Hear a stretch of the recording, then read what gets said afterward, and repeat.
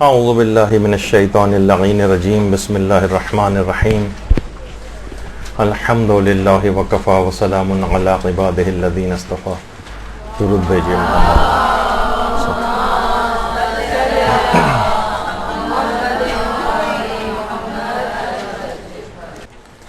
پچھلی بار قضا نمازوں کے احکام کو کسی حد تک مکمل کیا تھا اور اس بات کی بہت مذمت بیان ہوئی تھی کہ لوگوں کی پوری زندگیوں کی نمازیں قضا ہوتی رہتی ہیں، آخر میں ایک بہت بڑا پہاڑ سا جمع ہو جاتا ہے. پھر ان عمر کے اس حصے میں جبکہ بیماریاں لاحق ہوتی ہیں اور عام ادا نماز پڑھنا مشکل ہوتی ہے، چاہے جائے کہ انسان اپنی قضا نمازیں پڑھے. تو اس سے بچنے کے لیے بہت ضروری ہے کہ ہر شخص اپنی اولاد کو بہت بچپن ہی سے وہ یہ چیزیں سکھائے اور بہت پابندی کے ساتھ ان کو بچپن ہی سے نماز کا عادی بنا دے، تاکہ اس کے بعد چاہے مرد ہوں یا عورت جب وہ اپنی بڑھاپے کی منزل تک پہنچے تو کسی بھی صورت نماز کو قضا ہونا تو درکنار، جو مستحبات ہیں، حتیٰ کہ دیکھیں آیت اللہ بہجت برف باری ہو رہی ہے لیکن نماز جماعت کے لیے جا رہے ہیں اس عمر میں، تو پھر یہ چیزیں کبھی بھی چھوٹتی نہیں. اچھا، ہم لوگ مراجع کے پاس بھی یہی نظریہ دیکھا گیا ہے لوگوں کا ان کے پاس جانے کے لیے کہ ہمیشہ وہ چاہتے ہیں کہ ہم آخرت کو حاصل کرنے کے لیے کوئی بہت مشکل سا، کوئی راکٹ سائنس ٹائپ کا کوئی حل ان کو بتایا جائے، کوئی پہنچنے کا عرفانیات کا طریقہ بتایا جائے. آیت اللہ بہجت کے پاس بھی اسی طریقے سے لوگ آیا کرتے تھے. تو علماء بیان کرتے ہیں کہ جب لوگ آیت اللہ بہجت سے عمل کے لیے کسی دستور کا تقاضا کرتے تھے تو آپ فرماتے تھے آپ لوگوں نے کب شریعت کی مسلمات پہ عمل کیا ہے، یعنی واجب و حرام کی پابندی کریں، مثلا آپ نماز پڑھیں، مستحبات پر عمل کریں، تلاوت قرآن کریں، اور کب ایسا ہوا ہے کہ آپ نے ان چیزوں کی پابندی کی ہو اور آپ کو کوئی مطلوبہ نتیجہ نہ ملا ہو کہ جو آپ ہم سے سیر و سلوک کے دستور العمل کا تقاضا کر رہے ہیں. آپ افراد کسی پیر کے منتظر ہیں جو کوہ قاف سے آ کر آپ کی رہنمائی کرے گا؟ کیا یہ تمام شارع مقدس کے احکامات آپ کے لیے کافی نہیں ہیں جو آپ کو کسی روحانی مقام تک پہنچا دیں؟ یعنی یہی نمازیں، یہی روزے، یہی تلاوت قرآن، یہی مستحبات، یہی کسی بھی شخص کو بہت بلند مقام تک پہنچا سکتے ہیں. الگ سے کسی ایسی چیز کا تقاضا کرنا، کوئی عجیب و غریب چیز، کوئی بہت مشکل سا عمل، اس کا لوگ سوچتے ہیں کہ شاید راہ سیر و سلوک اور عرفان پر عمل کے لیے اور کسی مقام کو حاصل کرنے کے لیے کوئی بہت عجیب سی چیز، کوئی بہت عجیب سا عمل درکار ہے. انہی نمازوں کی اگر صحیح طور پر حفاظت کر لی جائے، ان کو قضا ہونے سے بچایا جائے، ان کو بہترین انداز سے پڑھا جائے، ان میں خشوع خضوع کے ساتھ پڑھا جائے، ان کو افضل اوقات کے اندر انجام دیا جائے، تو یہی بہت کافی ہیں کہ ان سے بہت بڑے بڑے مقامات کو حاصل کیا جا سکتا ہے. بہت سے لوگ آ کر آغا بہجت سے یہ بھی کہتے تھے کہ ہمیں نماز پڑھنا اتنا دشوار ہے جیسے کوئی جرمانہ ادا کر رہے ہوں، اور باقی نماز فجر کے وقت اکثر لوگوں کی حالت دیکھیں کس طرح سے قہرن و جبرن جو ہے وہ اٹھتے ہیں، جاتے ہیں، اور نہ اس کے بعد کوئی تعقیبات کا کوئی سلسلہ ہوتا ہے، بس اس کے بعد بستر پہ گرے اور پھر دوبارہ خواب غفلت کے اندر چلے جاتے ہیں. تو پھر آغا بہجت ایسے افراد کے لیے بتاتے تھے، یعنی صرف یہ بتانے کے لیے کہ وہ آگے کہتے تھے اس قدر دشوار ہے جیسے کوئی جرمانہ ادا کر رہے ہیں. تو پھر سورہ انعام کی آیت نمبر 133 بتایا کرتے تھے. تو ان تمام چیزوں کے اوپر ظاہر ہے کہ عمل کرنا ہے. اکثر لوگ جو پریشان ہوتے ہیں کہ ہماری نمازیں قضا ہوتی ہیں، تو ہمارے چھٹے امام جعفر صادق علیہ السلام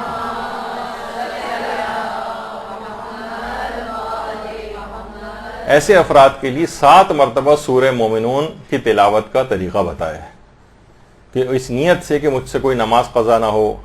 کوئی ماں بھی اپنے بیٹے کے لیے عمل کر سکتی ہے، کوئی باپ بھی کسی کے لیے کر سکتا ہے، اپنی اولاد میں سے کسی کے لیے بھی، کہ 7 مرتبہ سورہ مومنون اس نیت سے پڑھنا کہ نماز قضا نہ ہو. تو جس کے لیے بھی پڑھی جائے گی اس کے لیے اس میں ایک برکت ہے کہ اس سے پھر نماز قضا نہ ہو اور وہ باقاعدگی کے ساتھ نماز پڑھنے لگے. تو ان تمام چیزوں پر عمل کرنا چاہیے. اور دیکھیے بہت سارے واقعات ایسے ہیں تاریخ کے اندر ملتے ہیں کہ واقعتاً ان کا بھی مطالعہ کرنا چاہیے کہ جن کا اثر انسان پر ہو اور پھر وہ نمازوں کو قضا نہ کرے. جیسے کہ محدث نوری، ان کی کتاب ہے دار السلام. اس کتاب ہی سے یہ جو واقعہ ابھی آپ کے سامنے پیش کر رہا ہوں، شیخ عباس قمی نے منازل الاخرہ کے اندر جو ان کی کتاب ہے اس میں اس کو نقل کیا ہے. آقا حاجی ملا علی تہرانی کا واقعہ، جو کہ خود عالم دین تھے، اور ان سے ان کے والد مرزا خلیل تہرانی نے اس واقعے کو نقل کیا تھا. ان کے والد فرماتے ہیں کہ جس وقت میں کربلا میں زیر تعلیم تھا، کربلا میں، درود بھیجیے محمد وعلی محمد صلی اللہ علیہ وسلم.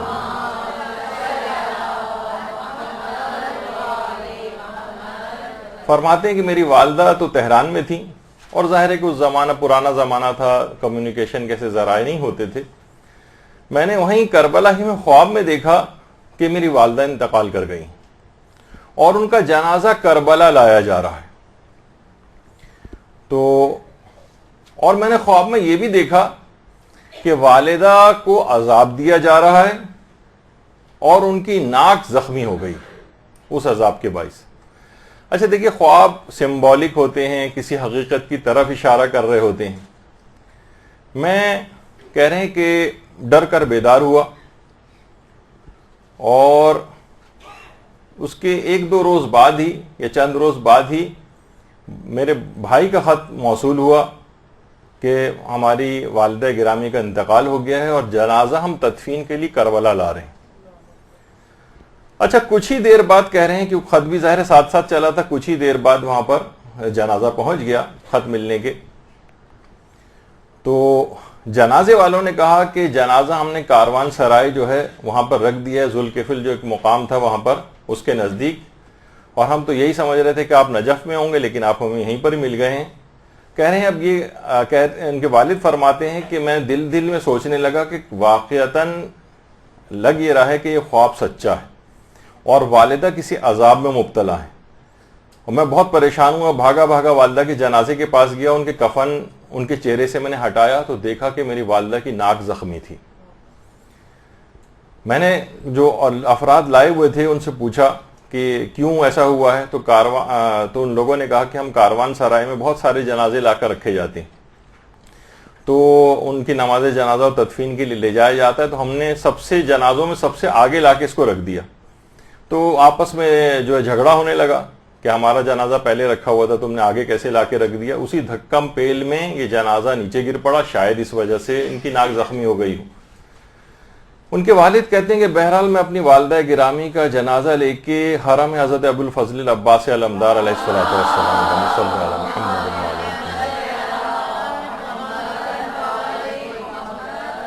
وہاں لے گیا.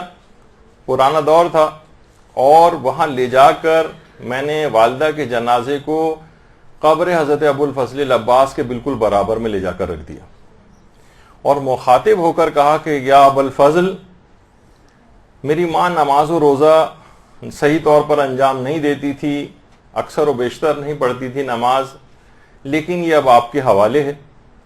اس پر سے عذاب اور تکلیف کو معاف فرما دیں. میں آپ کے سامنے اپنی ماں کی 50 سال کی قضا نمازیں اور روزے ادا کرنے کی ضمانت لیتا ہوں. شاید اس طرح سے اس کا عذاب ختم ہو جائے.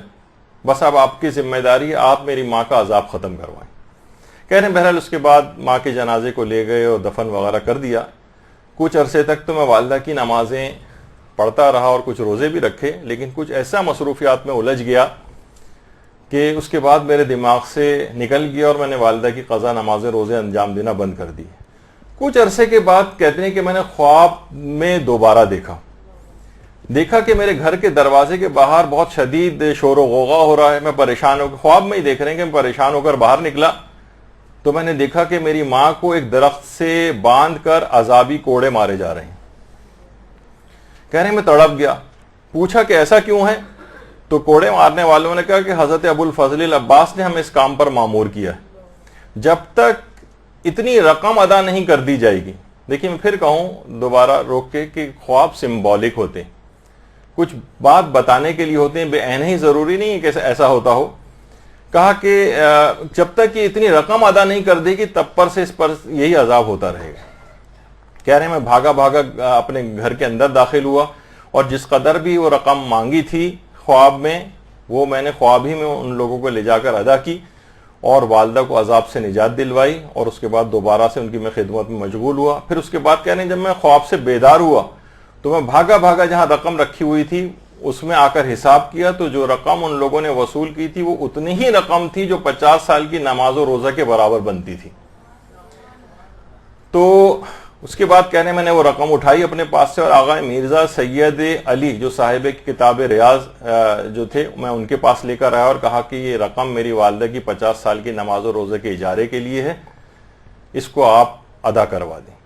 یعنی آپ نے دیکھا کہ پورا واقعہ کہ انسان کو حقیقتاً یہ ہے کہ کتنا ہی اس کی اولاد بھی چاہے وہ عالم دین کیوں نہ ہو جائے, کوئی بھی شخص جو اپنے آپ سے سنسیئر نہیں ہے دوسرا کبھی بھی اس سے اتنی سنسیئرٹی اور خلوص کا مظاہرہ نہیں کر سکتا. بہت ہی کم شاذ و نادر ایسے افراد ہوتے ہیں.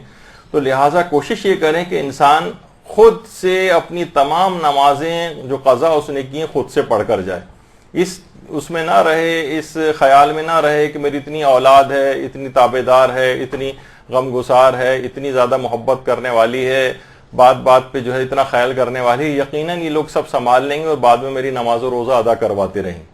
کیونکہ ہم نے اپنی آنکھوں سے دیکھا ہے کتنے ہی افراد کے جو کہ بے ہوش ہوئے جا رہے ہوتے ہیں اپنے والد اور والدہ کے انتقال کے اوپر, اور اس کے بعد ایک ہفتے کے اندر اندر کبھی کبھار وہ آتے ہیں اور 1 سال کی مشکل سے نماز و روزہ کا کرواتے ہیں.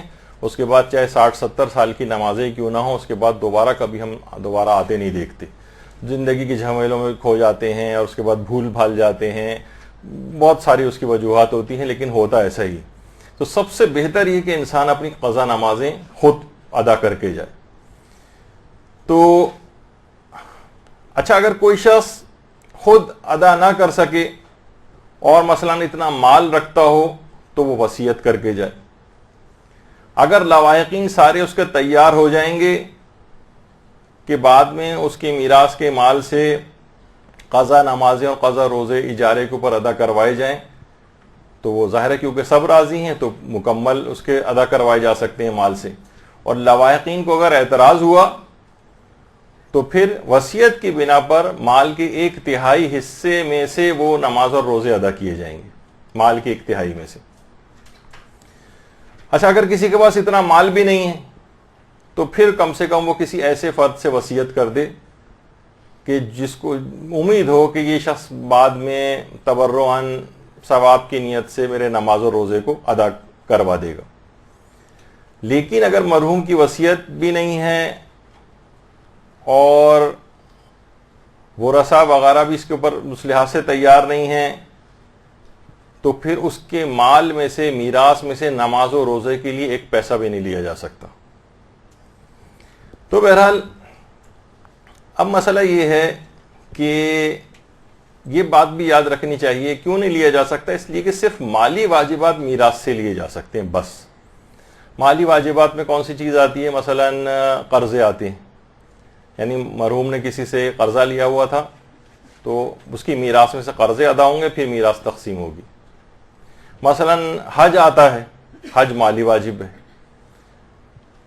حج واجب ہو چکا تھا, حج پہ نہیں گیا تھا وہ شخص, تو اب پہلے حج کا خرچہ نکالا جائے گا, پھر جو کچھ بچے گا وہ ورثاء میں تقسیم ہوگا. لیکن اس کے علاوہ جتنے بھی جسمانی عبادات ہیں جیسے نمازیں ہیں, جیسے روزے ہیں, جسمانی عبادات, ان کی اجرت میراث سے نہیں لی جا سکتی. ہاں وصیت وغیرہ اگر ہو تو ایک الگ بات ہے. تو اس کا خیال رکھنا چاہیے. بہت تیز آواز ہوگی, تھوڑا کم کیجیے. تو جسمانی عبادات کی اجرت میراث سے نہیں لی جا سکتی. اور جو اچھا ایک بحث اس کے اندر آتی ہے کفارات کی. آواز ابھی بھی بہت تیز ہے. کفارات کی ایک بحث آتی ہے کہ جو روزے کے کفارے ہیں یہ کس کے ذمے ہوں گے. تو بہرحال کفارے وغیرہ جو ہیں یہ کس کی ایک الگ بحث ہے، فی الحال اس کے اندر نہیں جا رہے ہیں. تو بہرحال جسمانی عبادات کی جو اجرت ہے جیسے نماز اور روزہ ہے، یہ مرحوم کے مال سے نہیں لی جا سکتی سوائے کہ وہ وصیت کر کے گیا ہو. اچھا، اب ایک سوال یہ پیدا ہوتا ہے کہ کیا مرحوم ماں اور مرحوم باپ جو ہے دونوں کی قضا نمازیں اور روزے یہ ادا کروانے واجب ہوتے ہیں؟ ابھی تو سب سے پہلا مرحلہ یہی آتا ہے کہ واجب ہے کس کے اوپر. تو زیادہ تر پہلے یہ بات بتا دی جائے کہ اکثر لوگ یہ سمجھتے ہیں کہ شاید مرحوم کے صرف قضا نمازوں کا یہ والا مسئلہ ہے. قضا جب واجب ہوتے ہیں، جس کے اوپر بھی واجب ہوتے ہیں تو بھی آگے چل کر آئے گا، اس کو نمازیں اور روزے دونوں کا مسئلہ بالکل ایک ساتھ ہے. ایسا نہیں ہے کہ صرف نمازوں کا مسئلہ ہو روزوں کا مسئلہ نہ ہو. بعض جگہوں کے اوپر کیونکہ علماء نے یہ لکھا ہے بہت سی اپنی مفصل کتابوں وغیرہ میں بھی، اور بس یہ کہہ کے آگے بڑھ گئے کہ جو نمازوں کے جو مسئلے سارے بیان ہوئے یہی بالکل بیان ہے روزے کے بھی. تو الگ سے بار بار اس کا تذکرہ نہیں کیا، چند ایک جگہوں پہ چھوٹا سا ایک اختلاف ہے، وہ آگے چل کر ابھی آ جائے گا. تو بہرحال نمازوں کے ساتھ روزے بھی شامل ہیں. خود بخود جہاں لفظ نماز آئے اس میں آپ روزہ خود ہی ایڈ کر لیجئے کیونکہ دونوں ہی شامل ہیں. پھر کون پڑھے گا، یہ واجب کس کے اوپر ہے؟ تو اس میں علماء کا ایک اختلاف ہے. زیادہ تر مراجع تو یہ کہتے ہیں کہ باپ کی قضا نماز اور روزے واجب ہوتے ہیں.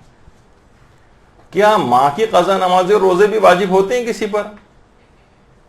تو اس سلسلے میں یہ مسئلہ ہے کہ آیت اللہ خوئی، امام خمینی اور آقا سیستانی وغیرہ یہ کہتے ہیں کہ ماں کی قضا نماز اور روزے یہ بڑے بیٹے پر واجب نہیں ہوتے. البتہ رہبر معظم آیت اللہ خامنئی کے فتوے میں واجب ہیں. آیت اللہ اسحاق فیاض، ان کا نام اگرچہ نہیں لکھا ہوا لیکن وہ بھی اس کے قائل ہیں. اور ایسا نہیں ہے بلکہ اور مراجع بھی ایسے ہیں کہ جو اس نظریے قائل ہوں کہ ماں کی قضا نمازیں اور روزے بھی بڑے بیٹے کے اوپر واجب ہوتے ہیں. تو یہ دماغ میں رہے. لیکن بہرحال ابھی جن کی زیادہ تقلید ہو رہی ہے تو انہی کے ہم نے یہاں پر لکھ دی ہیں کہ 3 ان میں سے مراجع ایسے ہیں کہ جو کہ ماں کی قضا نمازوں کو بڑے بیٹے پر واجب نہیں سمجھتے. اچھا، تو یہ ایک مسئلہ بالکل واضح ہے، اس کو آپ نوٹ کر لیں کیونکہ یہ مسئلہ کافی پیش آنے والا ہے. اچھا، البتہ ایسا بھی نہیں ہے کہ ماں کی قضا نمازیں اور روزے واجب تو نہیں ہیں، لیکن بہرحال یہ علماء جو اس بات کا کہتے ہیں کہ واجب نہیں، وہ بھی کہتے ہیں کہ احتیاط مستحب یہ ہے کہ ماں کی قضا اور نمازیں اور روزے بھی ادا کروائے جائیں. واجب تو نہیں ہے لیکن احتیاط مستحب یہ ہے.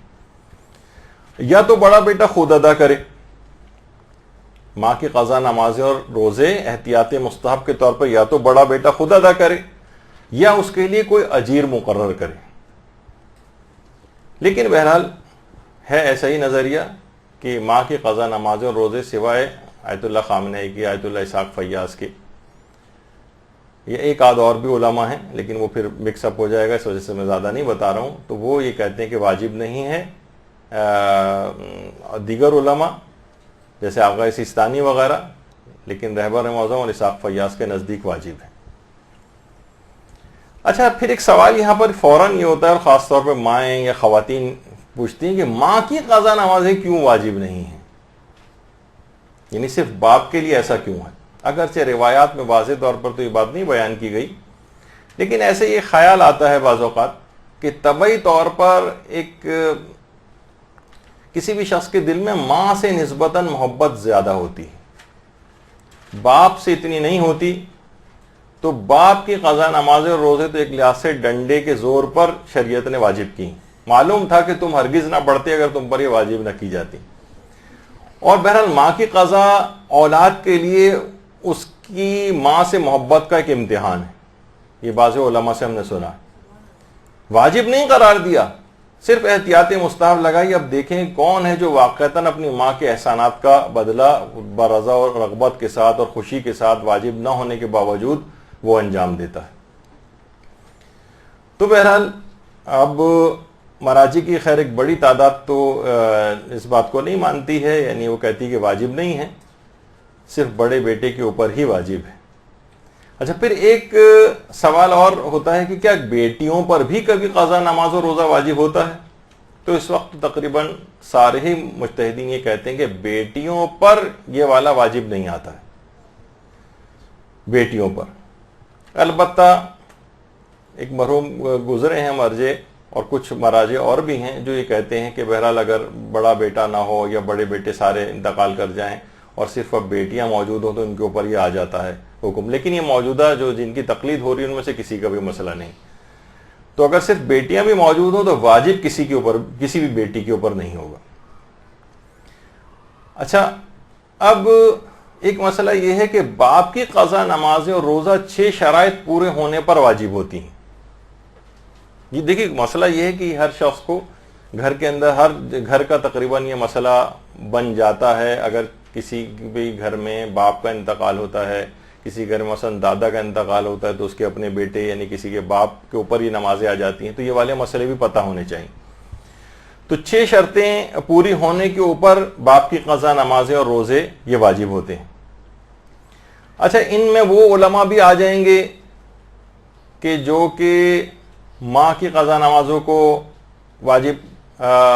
بھی واجب سمجھتے ہیں بڑے بیٹے پر، تو وہ ان کو خود بخود ہی آپ ایڈ کر لیجئے گا کہ یہ شرطیں پوری ہوں گی تو واجب ہوں گی، اور یہ شرطیں اگر پوری نہیں ہوئی 6 تو پھر بڑے بیٹے پر یا کسی اور پر وہ نمازیں واجب نہیں ہوں گی۔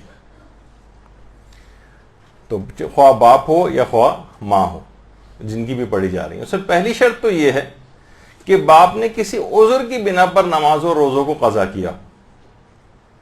مثلا بعض اوقات ہوتا ہے کہ باپ بھول گیا تھا، سوتا رہ گیا تھا، کوئی ایسی بیماری اس کے ساتھ ہو گئی تھی، عذر شرعی اس کے ساتھ ہوا تھا۔ یعنی ایسا نہیں ہے کہ باپ نے نافرمانی کرتے ہوئے، یہاں پر خود ایک مسئلہ یہ آ جائے گا کہ باپ نے اگر بلا عذر نمازیں چھوڑی تھیں اور نافرمانی کرتے ہوئے قضا کی تھی۔ بہت سے لوگ آتے ہیں 80 سال 90 سال کے جو ہے وہ نمازیں اور روزے کہہ رہے ہیں والد محترم نے پڑھی نہیں، 90 سال کی عمر میں انتقال ہوا ہے، اور جب ان کو بتایا جاتا ہے کہ بھائی 90 سال کے مثلا سالانہ اتنے جو لوگ نمازیں پڑھتے ہیں وہ اتنے پیسے لیتے ہیں اور یہ اتنے آپ کے بنیں گے، تو اس کے بعد 1 سال کے بمشکل پیسے جو ہے دے کے چلے جاتے ہیں، پھر واپس کبھی نہیں آتے۔ تو بہرحال یہ جیسے ایک صاحب کہہ بھی رہے تھے کہ جب یہ مسائل وغیرہ انہوں نے پڑھے تو اپنے والد صاحب ان کے نماز نہیں پڑھتے، جا کے کہا کہ والد صاحب اپنی نمازیں خدا کے لیے خود پڑھ کے جائیں، ہمارے لیے اپنی نمازیں پڑھنا مشکل ہے، چاہیے جائے گا کہ آپ کی نمازیں بھی ہم کو پڑھنا پڑے یا پڑھوانی پڑیں بعد میں بڑے بیٹے کے اوپر، تو واجب ہو جاتا ہے تو خود پڑھو یا پیسے دے کے پڑھواؤ۔ ابھی 80-90 سال کے پیسے جو ہے وہ اگر لگائے جائیں تو لاکھوں کے اندر بنتے۔ تو بہرحال ایک تو یہ ہے کہ باپ نے اگر عذر کی بنا پر چھوڑی ہیں نمازیں، بیمار ہو گیا تھا، کوئی اور شرعی عذر تھا، اس کی بنا پر قضا کی ہیں، صرف ان کی قضا کرنا ہے۔ لیکن یہاں پر ایک مسئلہ یہ آتا ہے کہ اگر باپ نے نافرمانی کرتے ہوئے، سرکشی کرتے ہوئے، لاپرواہی کرتے ہوئے نمازوں کو قضا کیا ہے، تو یہاں پر علماء میں ایک اختلاف ہے کہ اس نمازوں کی قضا کرنی ہوگی یا نہیں۔ تو نافرمانی کرتے ہوئے اگر یہ دونوں چیزیں قضا کی ہیں تو آغا سیستانی اور آیت اللہ خامنہئی یہ فرماتے ہیں کہ ان کی قضا بڑے بیٹے پہ واجب نہیں، اور امام خمینی اور آیت اللہ خوئی یہ فرماتے تھے کہ احتیاط واجب یہ ہے کہ ان نمازوں کی بھی قضا انجام دی جائے۔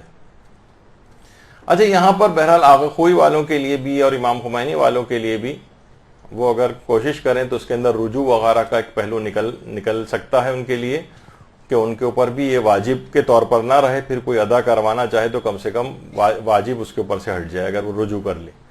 لیکن آغا سیستانی اور آیت اللہ خامنہئی تو ویسے بھی خود بھی یہ بات فرماتے ہیں کہ واجب نہیں ہے اگر اس نے نافرمانی کرتے ہوئے، سرکشی کرتے ہوئے، بغاوت کرتے ہوئے، لاپرواہی سے کام لیتے ہوئے بس پڑھتا ہی نہیں تھا، بالکل نظر انداز کی ہوئی تھی نمازیں جسے کہا جائے نافرمانی کرتے ہوئے، تو ان نمازوں کی قضا واجب نہیں۔ اچھا، یہ ہو گیا ایک۔ اچھا، اب اس کے اندر ایک بات یہ بھی ہے کہ ہاں البتہ یہ بات ضرور بتا دی جائے اس کے اندر، یہ جو پہلی شرط تھی کہ واجب تو نہیں ہے لیکن پھر بھی احتیاط مستحب یہ ہے کہ یہ ان کی قضا کروا دے۔ یعنی وہ علماء جو کہتے ہیں واجب نہیں ہے وہ بھی ایسا نہیں کہ بالکل جیسے تاکید کر رہے ہوں کہ نہیں ہرگز مت پڑھنا، نہیں، ریکمینڈ کرتے ہیں کہ بہرحال ایک حق ہے، ایک اس کے لیے ایک محبت کا ایک جو گوشہ ہر شخص کے دل میں ہوتا ہے، بہرحال اس کے لیے مستحب یہ ہے کہ وہ ان کو بھی پڑھوا دے، لیکن بہرحال واجب نہیں ہے اگر نافرمانی کرتے ہوئے اس نے پڑھی تو۔ پہلی ایک تو شرط یہ ہو گئی۔ دوسری شرط یہ ہے کہ باپ نے اپنی زندگی میں توانائی رکھتے ہوئے نمازوں کو قضا کیا، یعنی اس کے اندر توانائی موجود تھی۔ علماء اس کی ایک مثال دیتے ہیں، مثلا باپ کی نماز فجر قضا ہوئی اور طلوع آفتاب ہو گیا، اور اسی نیند کی حالت میں مثلا اس کو دل کا دورہ پڑا اور انتقال کر گیا۔ اب اس کے اندر توانائی ہی نہیں تھی اس بات کی کہ وہ اس نماز کو پڑھ سکتا، تو ایسی اس طرح کی نمازوں کی قضا اس کے اوپر واجب نہیں ہوتی۔ یعنی باپ نے اپنی زندگی میں توانائی رکھتے ہوئے نمازوں کو قضا کیا ہو، یعنی بہت سی چیزیں ایسی ہیں جو اس پر واجب ہی نہیں ہو پائیں، یعنی باپ نیند کی حالت میں تھا، نیند کی حالت ہی میں مثلا اس طرح سے انتقال کر گیا۔ اسی طریقے سے ایک تیسری شرط اس میں یہ ہے کہ باپ نے قضا نماز اور روزے کے لیے کسی کو اجیر بنانے کی وصیت نہ کی ہو۔ مثلا یہ کہ اگر اس نے اجیر بنانے کی وصیت کر دی تھی باپ نے اور اس کی وصیت نافذ بھی ہو۔ اب یہ ایک الگ مسئلے ہوتے ہیں کہ وصیت کب نافذ ہے کب نافذ نہیں ہے۔ بہرحال اگر اس نے اجیر بنانے کی وصیت کر دی اور وصیت نافذ بھی ہو سکتی ہو اس کی، تو پھر بڑے بیٹے کے اوپر واجب نہیں ہوگا، کیونکہ وہ تو وصیت کر گیا ہے، اس کے لیے مثلا رقم بھی موجود ہے اور بس اس کو پڑھوانی ہے۔ جب وہ کوئی دوسرا شخص کے اوپر واجب ہے ہو گیا ہے ایک لحاظ سے کہ وہ اجیر بنا دیا گیا باپ کے پیسوں کے اوپر، باپ مثلا وصیت کر کے گیا تھا اور وہ اجیر بنا دیا گیا، تو اب بڑے بیٹے کو کیوں پڑھنی ہوگی؟ وہ تو نماز دوسرا شخص ادا کر دے گا اس کی جگہ پر۔ تو یہ اس وقت ہے کہ جب باپ نے قضا نماز اور روزے کے لیے اجیر بنانے کی وصیت نہ کی ہو، تب پھر بڑے بیٹے کے اوپر آتی ہیں۔ لیکن باپ نے اگر اجیر بنا کے وصیت کر کے گیا، وصیت نافذ بھی ہو رہی ہے اس کی، تو پھر اس صورت میں بڑے بیٹے کے اوپر قضا واجب نہیں ہوگی۔ تو وہ تو جیسے کہ ابھی آپ نے سنا کہ اگر اجیر مقرر کر گیا ہے، وصیت اس کی نافذ ہے، ورثہ اس کے سب تیار ہیں، اور ورثہ میں سے اگر کوئی گڑبڑ کر رہا ہے مثلا، تو پھر 1/3 مال کے اندر جتنی بھی نمازیں ادا ہو سکتی ہیں وہ ادا کروائی جائیں گی، اور اگر 1/3 مال سے مال کم پڑ گیا، نمازیں زیادہ قضا ہیں، تو پھر وہ بڑے بیٹے کے اوپر آ جائیں گی نمازیں اس طرح سے۔ چوتھی شرط یہ ہے اس میں کہ بڑا بیٹا باپ کے انتقال کے وقت پاگل یا نابالغ نہ ہو۔ اگر وہ باپ کے انتقال کے وقت پاگل یا نابالغ تھا، اچھا اس میں بھی آیت اللہ جیسے مراجع میں تھوڑا سا اختلاف ہے۔ آیت اللہ سیستانی یعنی بڑا بیٹا جو ہے وہ نابالغ تھا باپ کا جس وقت انتقال ہوا، وہ فرماتے ہیں کہ جب یہ نابالغ بالغ ہو جائے گا تب اس کے اوپر باپ کی قضا نماز اور روزے پورے کرنے واجب نہیں ہوں گے۔ یعنی اس موقع پر اگر یہ بڑا بیٹا بالغ ہے تو اس کے اوپر قضا نماز اور روزے آئیں گے، لیکن یہ اگر بڑا بیٹا جو ہے یہ باپ کی موت کے وقت نابالغ تھا یا مثلا پاگل تھا لیکن بعد میں ٹھیک ہو گیا، تو ٹھیک ہونے کے بعد اس پر نمازیں اور روزے کی قضا واجب نہیں ہوگی۔ لیکن بہت سے مراجع اور ہیں جیسے آیت اللہ کوئی، وہ فرماتے تھے کہ جب ٹھیک ہوگا یا بالغ ہو جائے گا اس موقع پر اس کے اوپر کچھ علماء یہ کہتے ہیں، کچھ مراجع یہ کہتے ہیں کہ واجب ہو جاتی، لیکن آقا سیستانی اس کے قائل نہیں۔ رہبر معظم کا مسئلہ اس سلسلے میں مجھے پتہ نہیں چل سکا، ان کے استفتاءات میں بھی دیکھا لیکن یہ نہیں تھا کہ نابالغ اگر ہے اور پھر بالغ ہو جائے تو اس کی کیا ذمہ داری ہوگی۔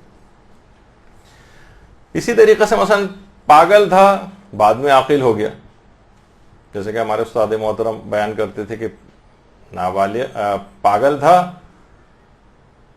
تو اس کے اوپر باپ کی قضا نمازیں نہیں تھیں، آقا کوئی کا مقلد ہے مثلا وہ، اور اس کے بعد جب وہ پاگل سے عاقل ہوا تو اس پر پھر نمازیں آ گئیں، لیکن جیسے اس کو پتہ چلا کہ باپ کی 80 سال کی نمازیں پڑھنی ہو، پھر دوبارہ پاگل اگر ہو گیا سن کر، تو بہرحال پھر اس کے اوپر قضا واجب نہیں ہوگی۔ لیکن بہرحال آقا سیستانی تو فرماتے ہیں کہ باپ کی موت کے وقت اگر وہ نابالغ اور پاگل تھا تو چاہے بعد میں بالغ ہو جائے اور چاہے بعد میں عاقل ہی کیوں نہ ہو جائے، جو اگر پاگل تھا تو اس کے اوپر بعد میں باپ کی قضا نمازیں واجب نہیں ہوتی۔ اچھا پھر 5ویں شرط یہ ہے کہ بڑا بیٹا میراث ملنے سے شرعاً منع نہ کیا گیا ہو، کیونکہ علماء فرماتے ہیں کہ 3 چیزیں ایسی ہیں کہ جو کہ حق میراث کو ختم کر دیتی. ان میں ایک تو ہے قتل میراث کو روک دیتا ہے، لیکن کسی کا قتل نہیں. مثلا بیٹا ہی اپنے باپ کو قتل کر دے، یعنی اگر بیٹا اپنے باپ کو قتل کر دے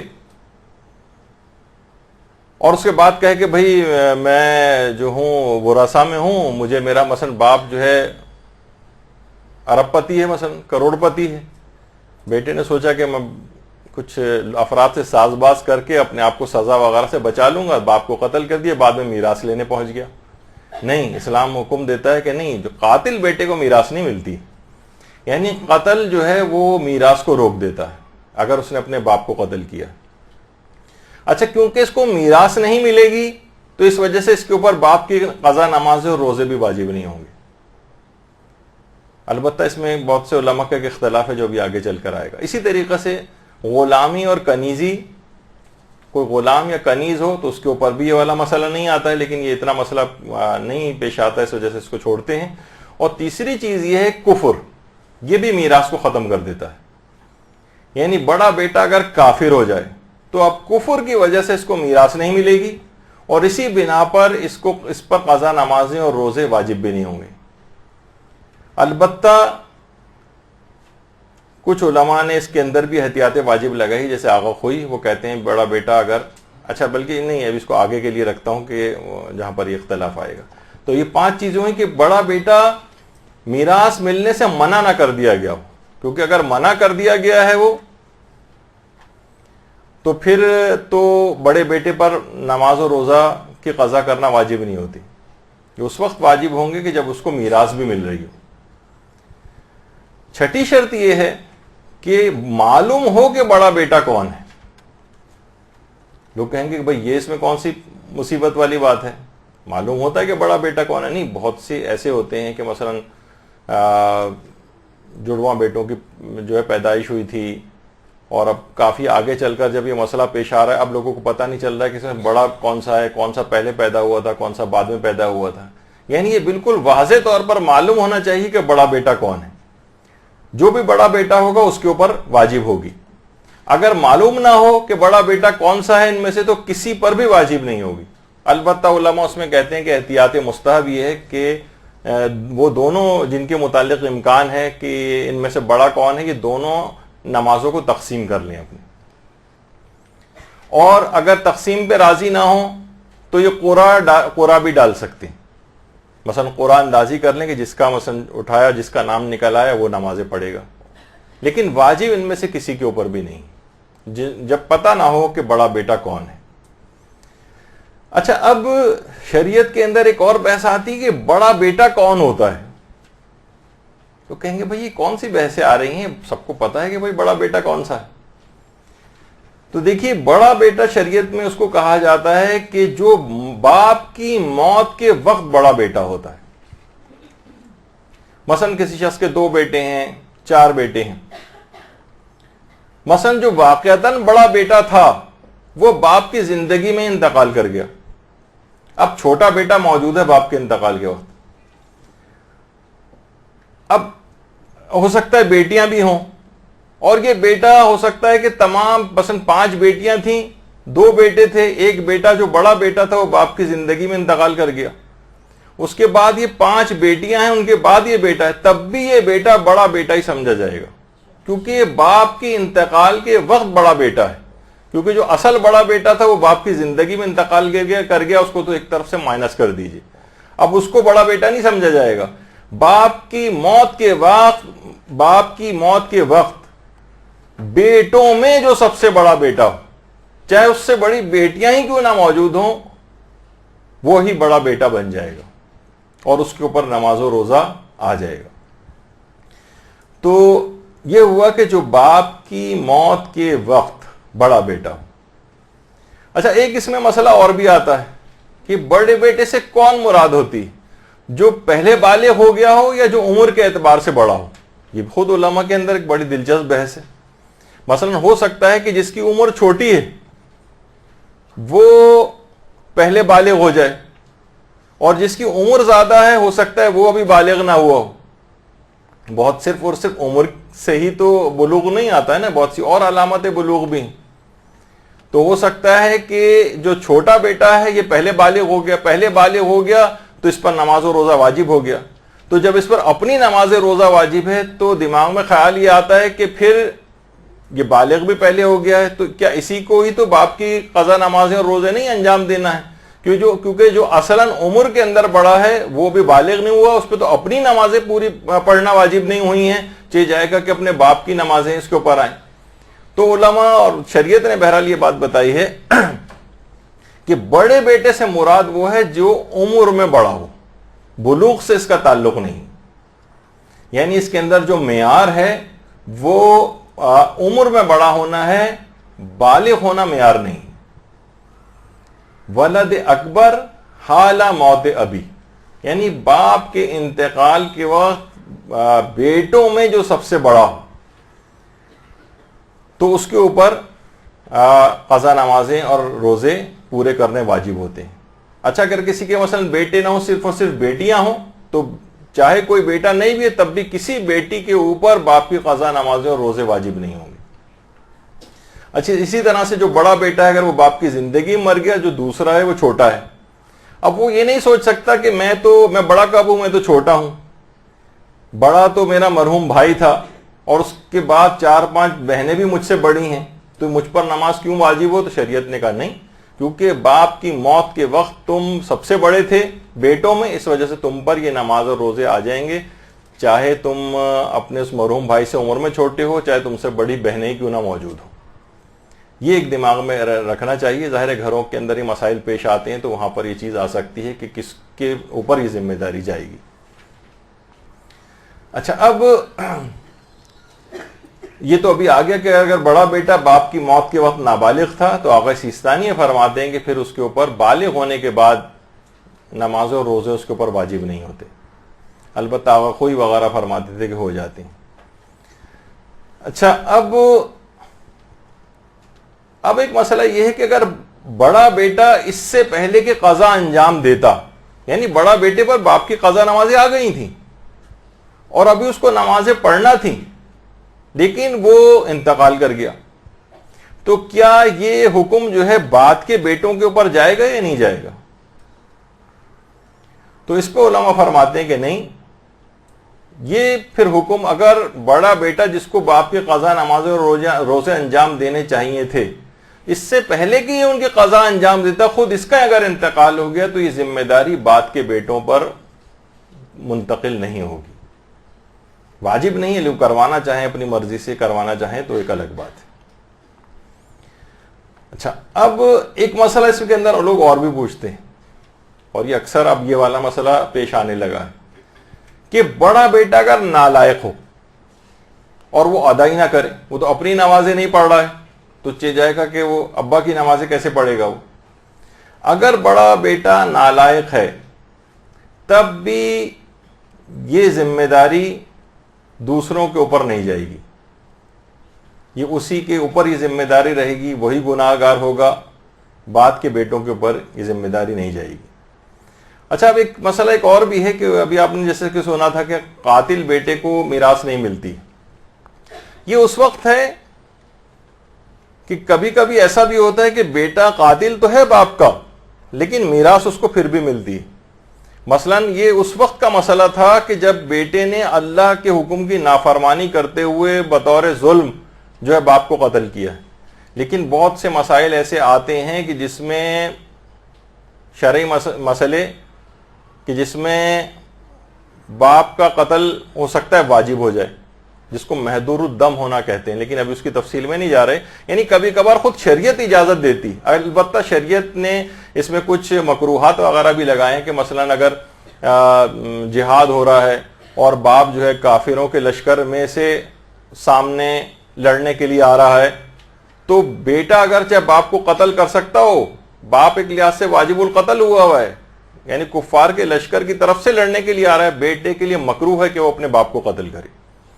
کیونکہ روایت میں یہ بات بیان ہوئی ہے, امام نے ایک شخص کو کہ جو کہ بادشاہ وقت نے حضرت زہرا سلام اللہ علیہ اللہم صلی علی محمد و علی محمد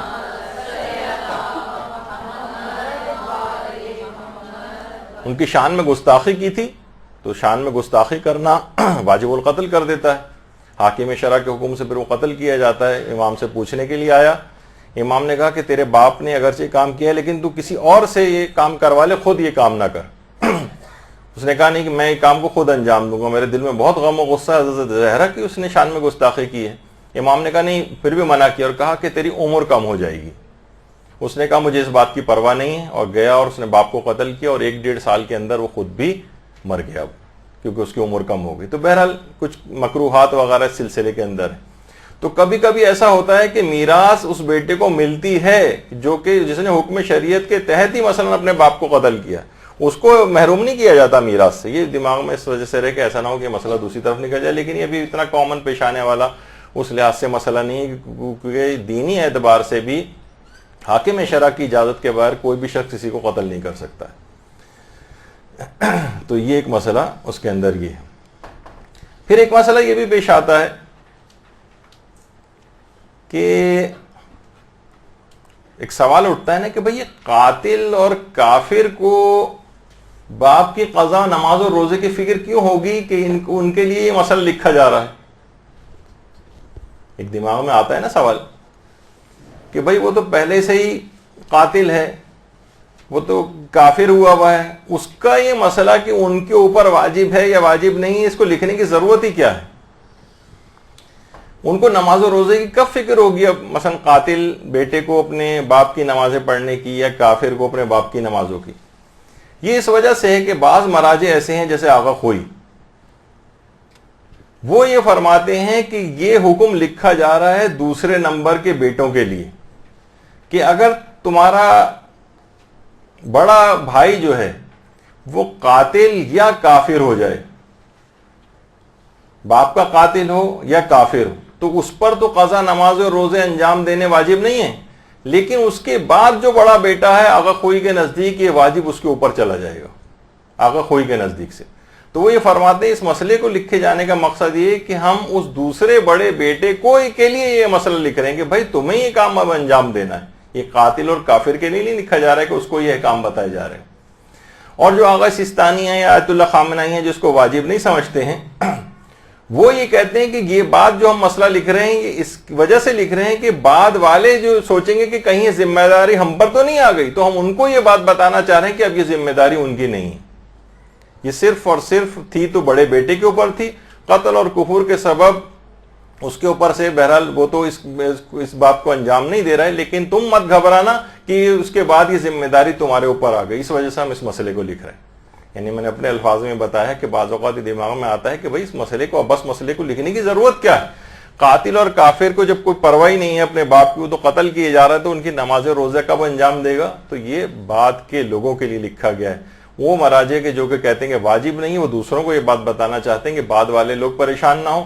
اور جن مراجع کے نزدیک یہ واجب ہے اگلے بڑے بیٹے کے اوپر, جیسے آغا خوئی, وہ یہ کہتے ہیں کہ یہ مسئلہ ہم اس کے لیے لکھ رہے ہیں کہ وہ نہیں کر رہا اب اپنے قتل و کفر کے سبب, تو ابھی واجب تم پر آ گیا ہے. بات واضح ہوئی؟ نہیں واضح ہوئی, ابھی ویسے بھی ایگزام ہے آپ کا تھوڑی دیر بعد. اچھا اب علماء نے اس میں ایک بات یہ لکھی ہے کہ جسے میراث ملتی ہے نا, اسی کو باپ کی قضا نمازیں اور روزے کرنے ہوتے ہیں. ظاہر ہے کہ جس کو میراث نہیں مل رہی ہے جیسے قاتل اور کافر کو, تو اس کے اوپر نہیں ہوگا. ایک مسئلہ اس کے اندر یہ بھی آتا ہے کہ اگر باپ کے تمام بیٹے اس کی زندگی میں انتقال کر جائیں, حادثہ ہوا, انتقال کر گئے, باپ موجود رہ گیا اور پوتے موجود ہیں, تو کیا یہ ذمہ داری پوتوں کی طرف جاتی ہے یا نہیں جاتی؟ تو علماء اس میں فرماتے ہیں کہ پوتوں کے اوپر واجب تو نہیں ہے, لیکن احتیاط مستحب یہ ہے کہ پھر پوتے ادا کریں. اگر کسی باپ کے تمام بیٹے اس کی زندگی میں انتقال کر جائیں تو واجب تو نہیں ہوتی ہے پوتوں کے اوپر کہ وہ اپنے دادا کی جو ہے وہ قضا نماز اور روزے کو انجام دیں, لیکن احتیاط مستحب ضرور ہے. یعنی جو دیندار گھرانے ہیں اور وہ اس ذمہ داری کو ویسے بھی ادا کرنا چاہیں تو پوتوں کے اوپر احتیاط مستحب کے طور پر اس ذمہ داری کو ڈالا جاتا ہے, واجب البتہ نہیں. اچھا اب ایک سوال یہ پیدا ہوتا ہے کہ آخر بڑے بیٹے کے اوپر ہی یہ واجب کیوں ہے؟ بھئی اور بھی تو اتنی ساری اولاد ہے، اسلام چاہتا تو سب میں مساوی تقسیم کر دیتا، یہ بڑے بیٹے کے اوپر ہی واجب کیوں ہے؟ اس کے بہت سے احتمالات علماء نے لکھے ہیں، یقینی بات تو کسی روایت میں یا قرآن کے اندر بیان نہیں ہوئی ہے، لیکن علماء فرماتے ہیں کہ بہرحال قرآن کے اندر حکم ہے کہ وبالوالدین احسانا. وہ علماء کے جو کہ والد اور والدہ دونوں کو سمجھتے ہیں تو والدین کا بہرحال ایک احسان ہے، ایک حق ہے کہ اور حقیقی احسان یہی ہے والدین کے اوپر کہ واقعتاً جو نماز اور روزے جو ان کے اوپر واجب تھے وہ ان کی گردن سے اتارے جائیں. اور بڑے بیٹے کے اوپر یوں واجب کیا ہے کہ علماء فرماتے ہیں کہ لگتا ہے کہ شریعت یہ کہنا چاہتی کہ اشارہ دینا چاہتی کہ باپ کے مرنے کے بعد خاندان کی جو مدیریت ہے، جو سربراہی ہے، اب یہ بڑے بیٹے کے پاس آ گئی. اس کو یہ اپنی ذمہ داری کا احساس کرے، یہ لاپرواہ بن کر نہ رہے. دیگر بہت سے کاموں کی مسئولیت کے ساتھ ساتھ مثلا باپ کی قضا نماز اور روزے بھی اس کے اوپر ڈال دیے گئے.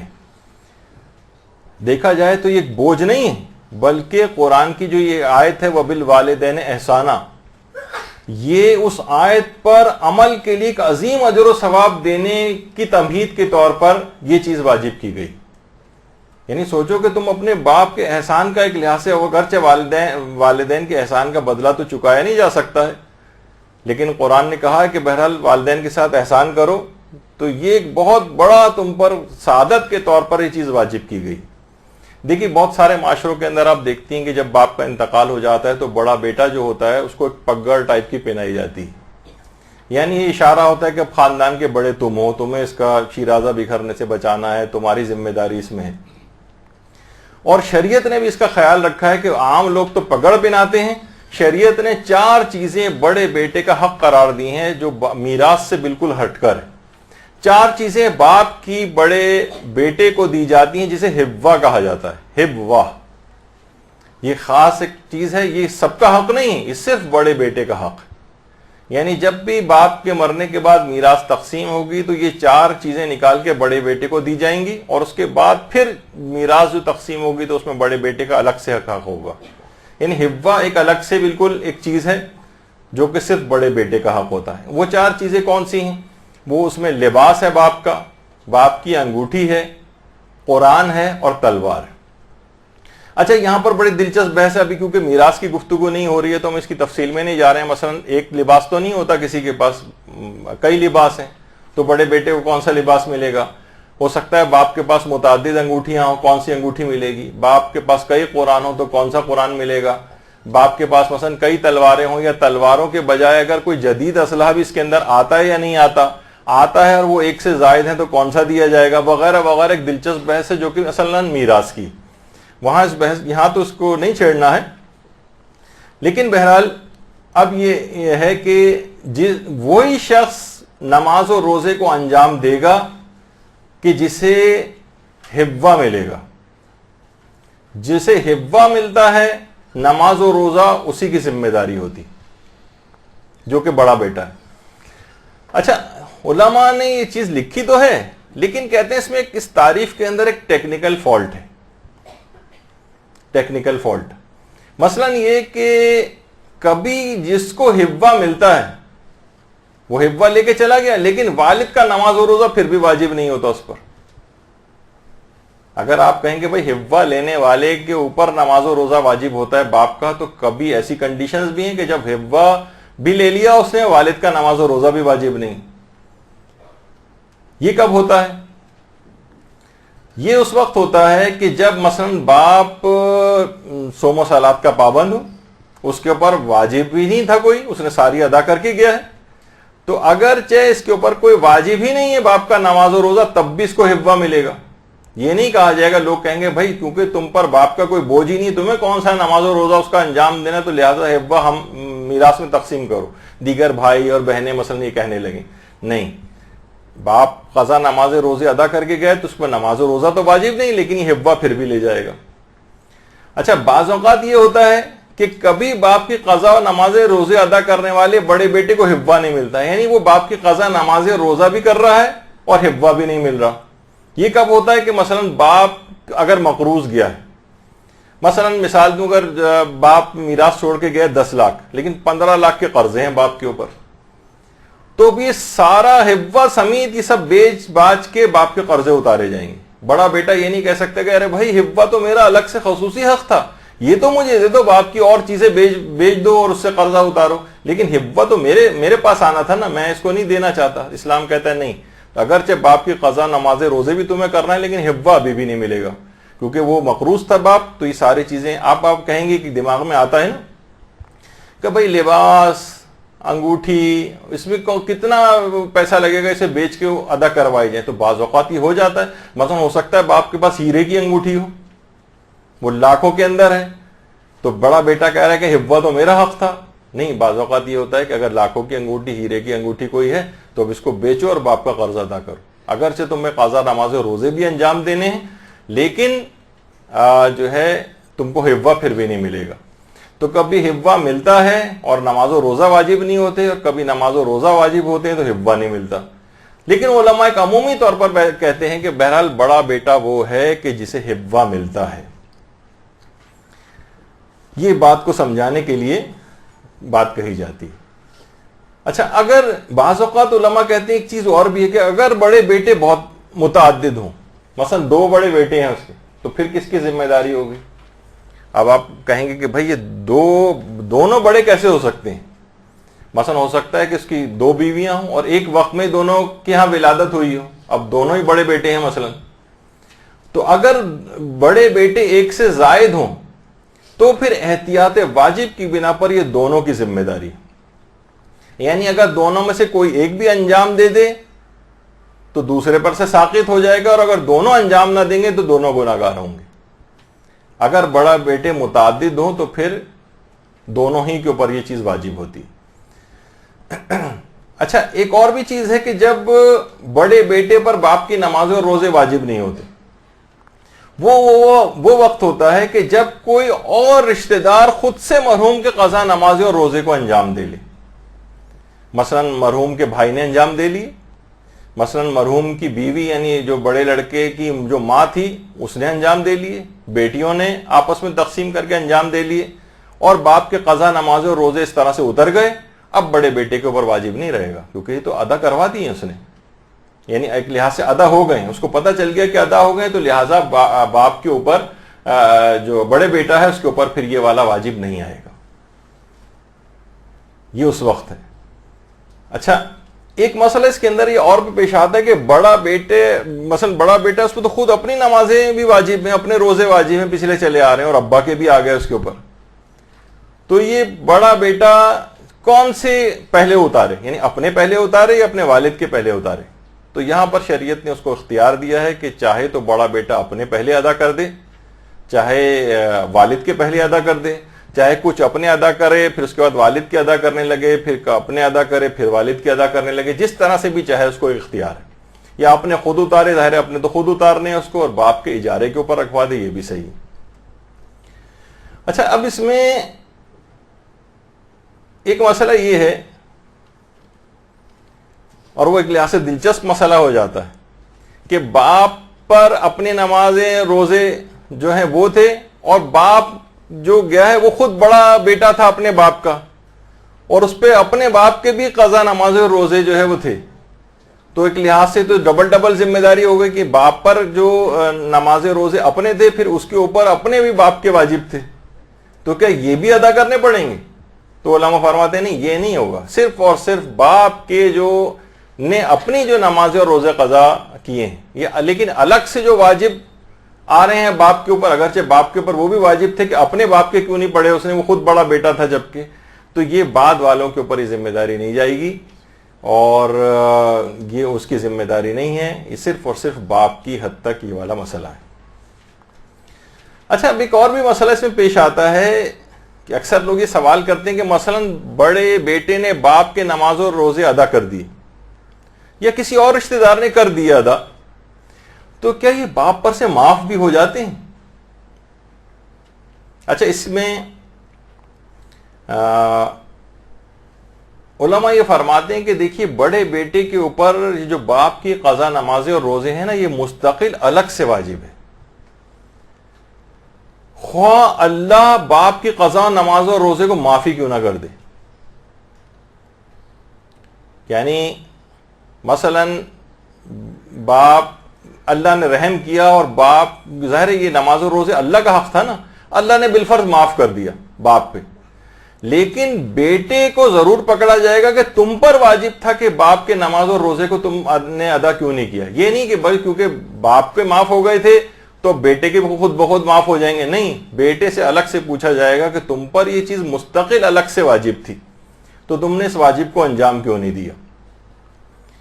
تو اس میں رول یہ ہے کہ اگر باپ مرتے وقت اپنی نماز اور روزہ جو اس نے جان بوجھ کر چھوڑے تھے اس پر نادم تھا, شرمندہ تھا, وقت موت باپ شرمندہ تھا, تو خواہ بڑا بیٹا نمازیں ادا کرے یا نہ کرے باپ پر سے انشاءاللہ معاف ہو جائیں گے, یعنی شریعت نے کہا.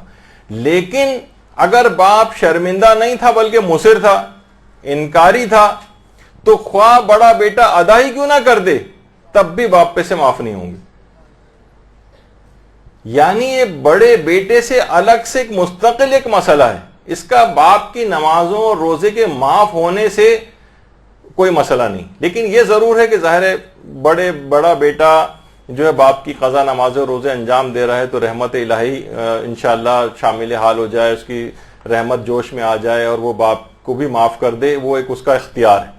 لیکن بہرحال یہ ہے کہ اس کا باپ کی قضا نماز اور روزے کے عذاب معاف ہونے سے کوئی تعلق نہیں. باپ اگر نادم تھا, شرمندہ تھا, تو اس کے معاف ہو جائیں گے انشاءاللہ چاہے بڑا بیٹا ادا کرے یا نہ کرے. اور اگر باپ نادم نہیں تھا اور مصر تھا تو خواہ بڑا بیٹا ادا ہی کیوں نہ کرتے تب بھی معاف نہیں ہوں گے. یہ ایک مسئلہ ہے. تو اس میں ایک بات یہ بھی ہے کہ باپ کی صرف ان نمازوں کی قضا انجام دینا ہے جو یقینی طور پر قضا ہوئی, جو احتمالی قضا ہیں. مثلا بیٹا سوچ رہا ہے کہ ابا جو ہے میرے ساتھ گئے تھے, ہم لوگ سفر زیارات پہ گئے تھے, شاید نمازیں ان کی کچھ قضا ہوئی تھی وہاں پر, تو ان شاید یا احتمالی جو نمازیں ہیں ان کی قضا واجب نہیں. جو یقینی طور پر ان کی قضا ہوئی صرف ان کی قضا نمازیں واجب ہیں. البتہ وہ جو احتمالی ہیں ان کی بھی مستحب یہ ہے کہ وہ بھی ادا کر دے, ادا کروا دے بڑا بیٹا, وہ لیکن مستحب واجبات والا مسئلہ نہیں. اچھا, اب کیسے اندازہ لگائیں کہ والد کی کتنی نماز اور روزے قضا ہیں؟ تو وہ کم سے کم کا اندازہ لگائے کہ کم سے کم اتنی تو والد صاحب کو ہم نے پڑھتے دیکھا ہے اور کبھی نہیں پڑھتے تھے, اگر ہم ٹوٹل کیلکولیٹ کریں تو اتنا تو یقیناً ان کی قضا ہوئی ہوں گی. تو یقینی طور پر کم سے کم عدد جو ہے بس اس کے مطابق پڑھوا دے, اگر اس سے زیادہ کچھ نکلی میدان قیامت میں تو انشاءاللہ وہ معاف ہو جائیں گی. اچھا, اسی میں ایک مسئلہ یہ بھی آتا ہے کہ اگر باپ کافر ہے تو ظاہر ہے یہ تو واضح سا مسئلہ ہے کہ باپ اگر کافر ہے تو اس کی قضا نماز اور روزے یہ بڑے بیٹے کے اوپر واجب نہیں ہوتے. لیکن ایک مسئلہ اور کامن پیش آنے والا ہے, اور وہ یہ ہے کہ مرحوم باپ اگر غیر شیعہ مسلمان تھا اور بیٹا اس کا مثلا شیعہ ہو گیا تھا, بڑا بیٹا اگر شیعہ ہو تو کیا اس پر والد کی قضا نماز اور روزے واجب ہوتے ہیں؟ باپ غیر شیعہ مسلمان اور بیٹا شیعہ, جو بڑا بیٹا ہے اس کا, اس بڑے بیٹے کے اوپر جو کہ شیعہ ہے اپنے غیر شیعہ مسلمان باپ کی قضا نماز اور روزے واجب نہیں ہوتے. یعنی پڑھوا دے تو ٹھیک ہے, اپنی مرضی ہے اس کی, لیکن بہرحال واجب اس کے اوپر نہیں ہے. کافر کے بھی نہیں ہیں اور غیر شیعہ کے بھی نہیں ہیں. اچھا, یہ بھی چیز کر سکتے ہیں اس کے اندر کہ ایک وقت میں بہت سارے افراد بھی مرحوم کی نماز و روزے کو تقسیم کر سکتے ہیں. مثلا کوئی کہے کہ بھائی فجر کی نماز جو ہے وہ میرے ذمے ہے, دوسرا کہے کہ ظہرین کی جو ہے وہ میرے ذمے ہے, تیسرے کو آپ کہہ دیں گے مغربین اس کے ذمے ہے, اور نماز آیات جو چوتھا ہے اس کے ذمے. مثلا اس طرح سے بھی تقسیم کی جا سکتی, کئی افراد مل کر بھی تقسیم کر سکتے ہیں. اکثر لوگ یہ کہتے ہیں کہ کیا کوئی ایسا طریقہ ہے کہ مرحوم کے کیونکہ قضا نماز اور روزے بہت زیادہ ہیں, مثلا اگر ہم پڑھوانے لگیں تو مثلا 70 سال کی نمازیں کتنی, بہت ٹائم لگ جائے گا, تو کوئی ایسا کوئی طریقہ ہے کہ ہم جلد ادائیگی اس کی کر دیں؟ تو جی ہاں, بعض اوقات یہ ہوتا ہے کہ اگر نمازیں اجارہ کے اوپر پڑھوائی جا رہی ہیں, روزے اجارے پر رکھوائے جا رہے ہیں کسی اور سے, تو بعض اوقات بہت سارے مدارس ایسے ہیں جو کہ خاص طور پر جو طالب علم جہاں پر رہتے ہیں، مثلا 30 طالب علم بھی اگر ہیں، اور عام طور پر زیادہ تر وہ، کیونکہ قوم کا ایک مزاج ہے کہ جو دینی طالب علم ہے اس کا مطلب ہے کہ وہ مستحق بھی ہوگا، وہ تو بیچارے ان کو ہر وقت پیسوں کی ضرورت بھی ہوتی، تو اگر 30 طالب علم بھی ہیں اور مثلا وہ 30 کے 30 کو اجارہ دے دیا جائے اور وہ سب لوگ ایک دن روزہ رکھ لیں، تو مرحوم کے 1 سال کے روزے ایک ہی دن میں ادا ہو جائیں گے، یعنی 1 مہینہ جو بنتا ہے. اور اسی طریقے سے اگر ان لوگوں نے مل کر 1 مہینے بھی روزے رکھ لیے اجارے پر، تو 30 سال کے روزے ادا ہو جائیں گے 1 مہینے کے اندر.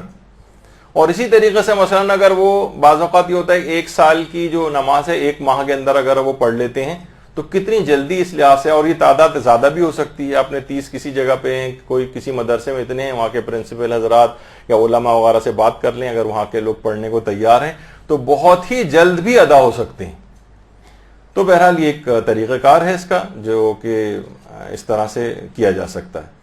البتہ یہ ضرور ہے دماغ میں آتا ہے کہ آخر کتنی جلدی والدین کے ادا کروا دینے چاہیے، یا بڑے بیٹا کتنی جلدی اپنے باپ کے ادا کروا دے.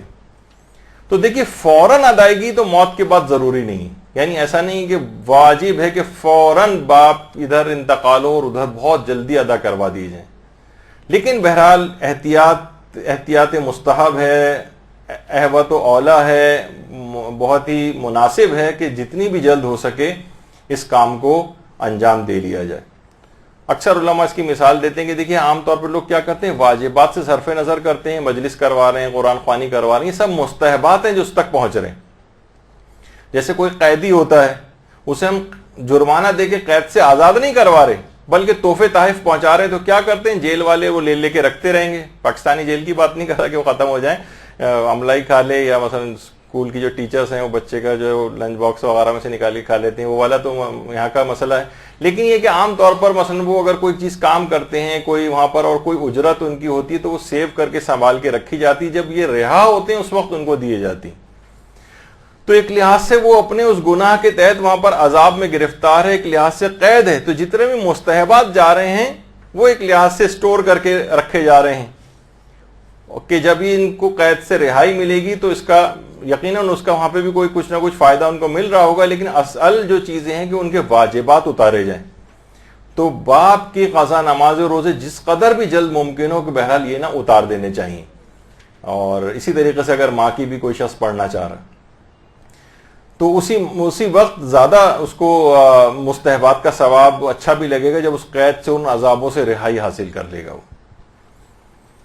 اچھا، اب ایک سوال اس کے اندر یہ پیدا ہوتا ہے کہ مرحوم کی جو یہ بھی بات بتا دی جائے کہ قضا نمازیں جماعت کی صورت میں بھی ادا کی جا سکتی ہیں. قضا نماز کو جماعت سے بھی پڑھا جا سکتا ہے، تو اجارے پر بھی نمازیں جماعت سے ادا ہو سکتی ہیں. تو بہت سارے دینی طالب علم وغیرہ وہ جماعت وغیرہ بھی کا انعقاد کر لیتے ہیں تاکہ جلد سے جلد مثلا سوچتے ہیں کہ ایک دن میں ہم 12 دن کی جو ہے نمازیں، تو ان کے لیے بہرحال ایک روزگار کا بھی انتظام ہو جاتا ہے.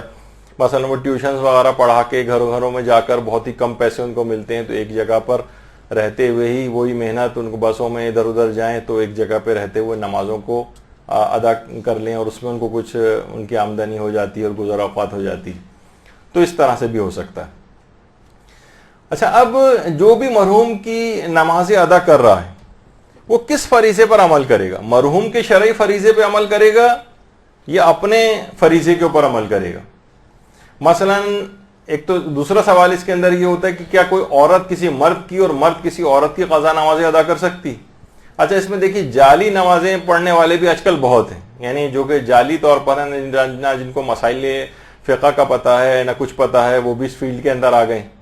کوئی کہہ رہا ہے، جیسے آپ نے پچھلی دفعہ سنا تھا کوئی معذور ہے وہ کہہ رہا ہے کہ میں نماز اجارہ پڑھ رہا ہوں، جبکہ آپ نے سنا پچھلی دفعہ کہ وہ اپنی تو پڑھ سکتا ہے جو اپنی صحت یابی سے مایوس ہو، لیکن دوسرے کی نہیں پڑھ سکتا ہے.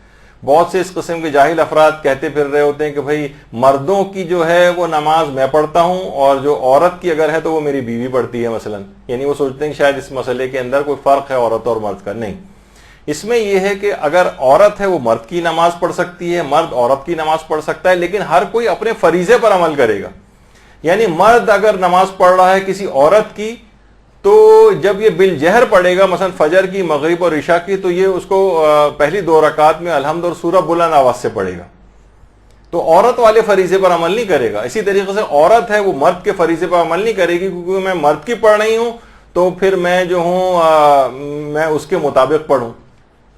یا مثلاً جو اس کی حالت تھی, مثلاً کوئی مریض تھا اور اس کا فریضہ واجبی یہ تھا کہ اس وقت وہ بیٹھ کے نماز پڑھے کیونکہ وہ کھڑے ہو کے نماز پڑھ ہی نہیں سکتا تھا, تو کوئی شخص یہ نہیں کر سکتا کہ بھائی میں کیونکہ اس مریض کی نماز پڑھ رہا ہوں اور وہ والی نمازیں پڑھ رہا ہوں کہ جو اس نے حالت مرض میں جو اس سے مثلاً قضا ہوئی تھی تو اس کا فریضہ تو بیٹھ کے نماز پڑھنا تھا تو مجھے بھی اجازت مل جائے, تو ایسا نہیں.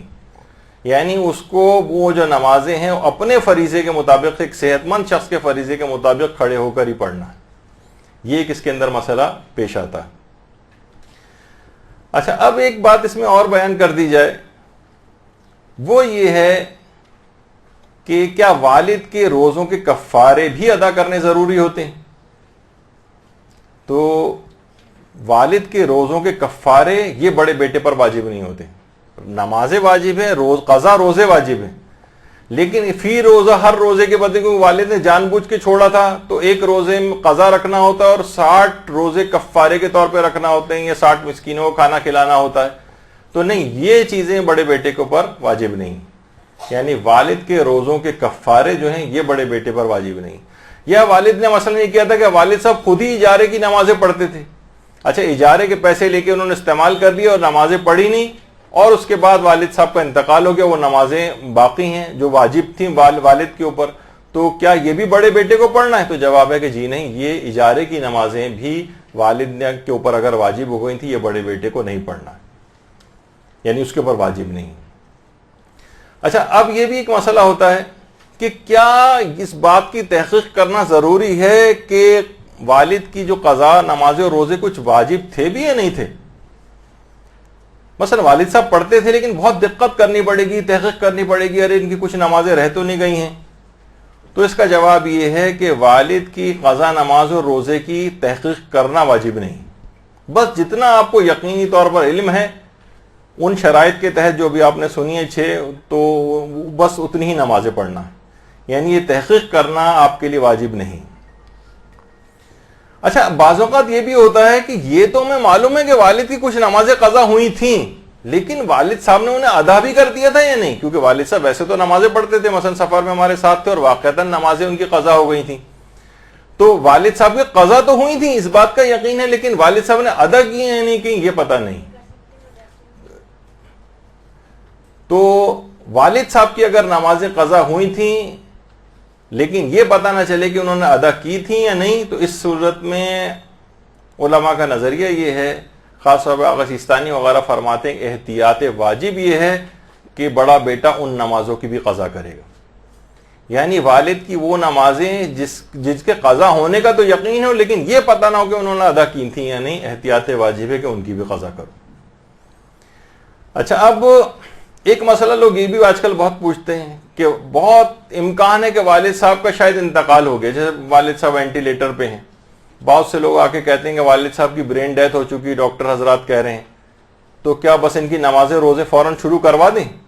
بہت سے لوگ ہوتے ہیں ذرا بہت ایکٹیو ہوتے ہیں کہ تو باپ کی جب تک موت عرفی کا یقین نہ ہو جائے, یعنی یقینی طور پر جس طریقے سے کہ بس اب یہ مر گئے ہیں, اب دفن وغیرہ کرنے کے لیے لے کے جانا ہے غسل کے لیے, یعنی جسے موت عرفی کہتے ہیں, جب تک اس کا یقین نہ ہو جائے تب تک ان کی قضا نمازیں اور روزے انجام نہیں دیے جا سکتے, خواہ ان کی برین ڈیتھ کا ڈاکٹرز کہہ رہے ہوں لیکن ویسے مشینوں کے اوپر جو ہے وہ چل رہے ہوں, آکسیجن بھی لگی ہوئی ہے اور جو مختلف چیزیں ان کے ساتھ لگی ہوئی ہیں اور وینٹیلیٹر لگا ہوا ہے, تب تک ان کی نمازیں اور روزے جو ہے یہ شروع نہیں کروائی جا سکتے, یقینی موت ہونی چاہیے.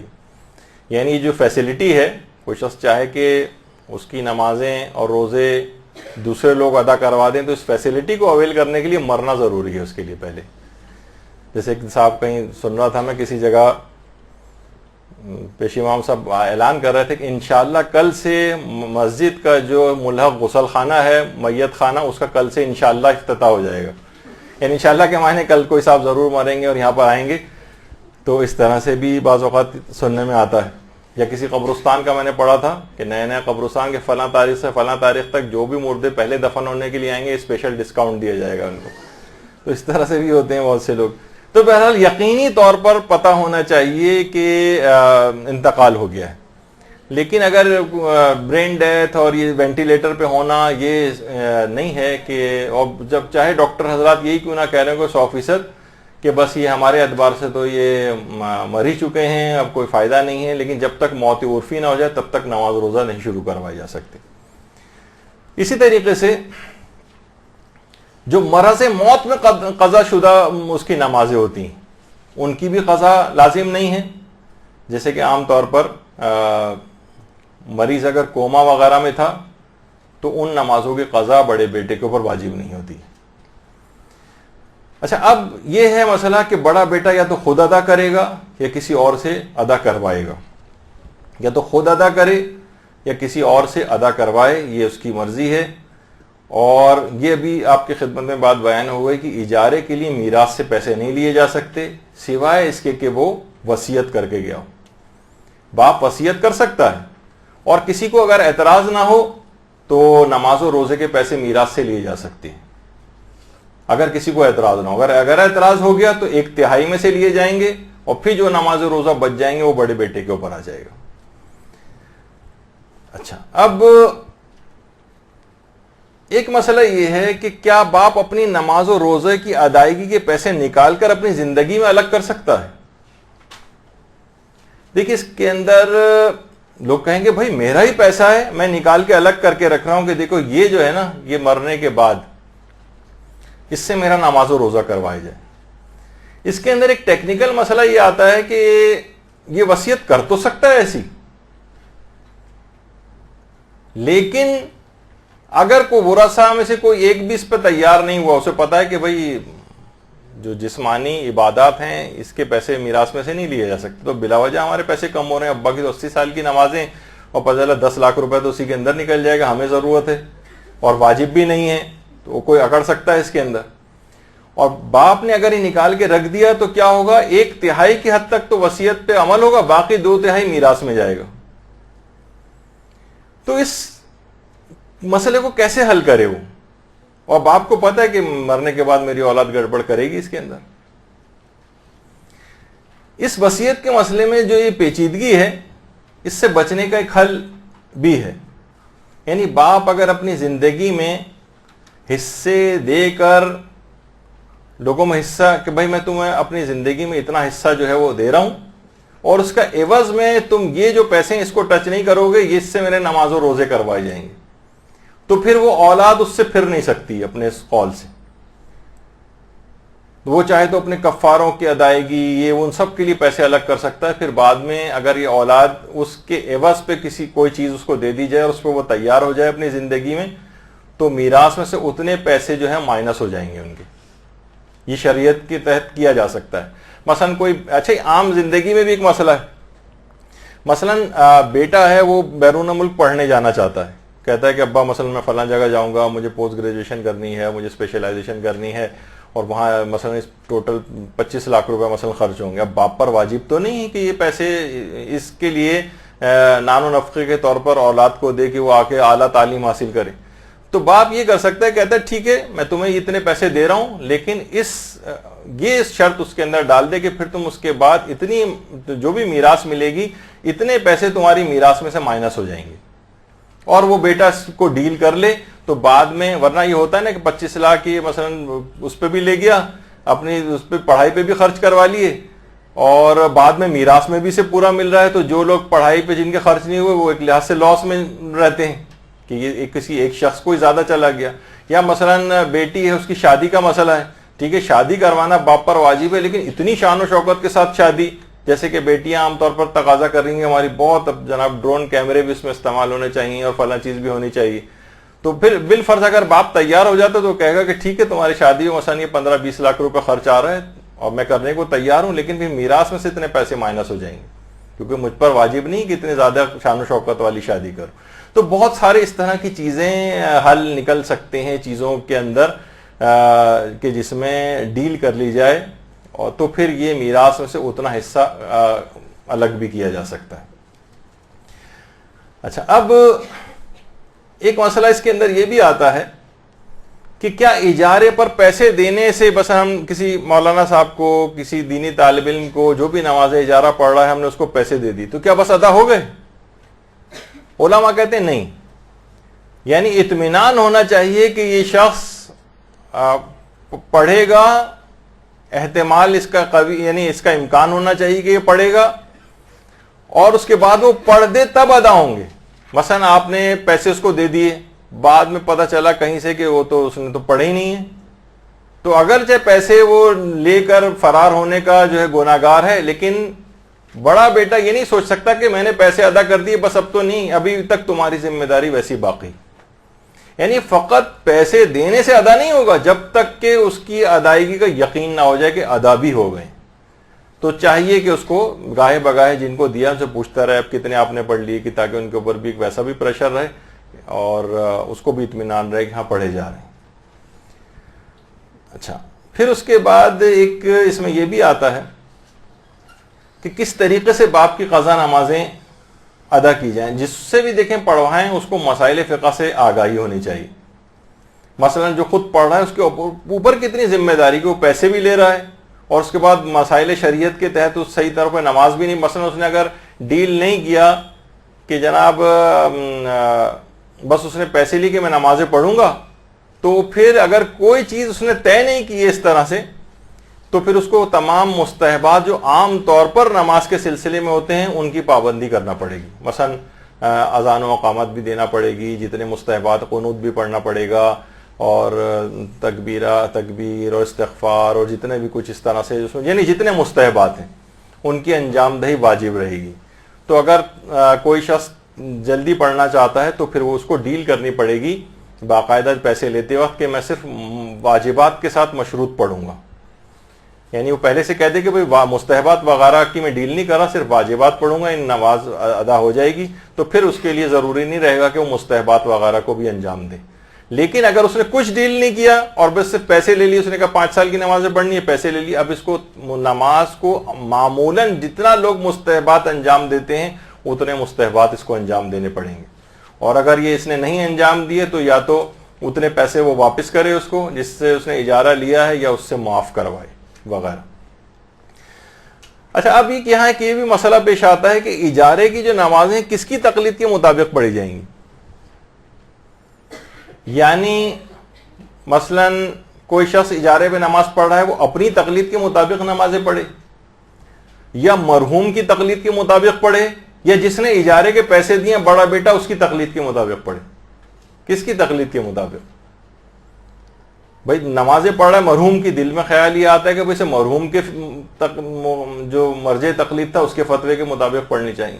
پھر دماغ میں آتا ہے اسے پیسے کون دے رہا ہے, جو اجرت دے رہا ہے اس کے فتوے کے مطابق پڑھنی چاہیے, اس کے مجتہد کے, یا وہ یہ سوچے کہ بھائی کیونکہ یہ میں پڑھ رہا ہوں تو مجھے اپنے مجتہد کے مطابق پڑھنی.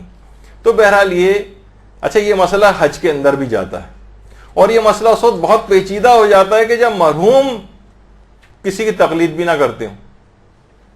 مرحوم تقلید ہی نہیں کرتے تھے کسی کی.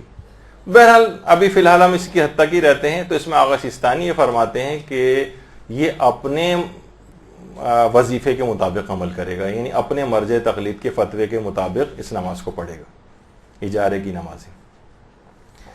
اچھا, اب کہ کیا باپ کی قضا نمازیں بیٹھ کے پڑھ سکتے ہیں, تو بھی آ گیا کہ بیٹھ کے پڑھنے کی اجازت نہیں, یعنی اپنے فریضے کے مطابق عمل کرے گا. اچھا, باپ کی قضا نمازوں میں نماز پنجگانہ کے ساتھ نماز آیات بھی آتی ہیں, یہ بھی باپ پر واجب تھی.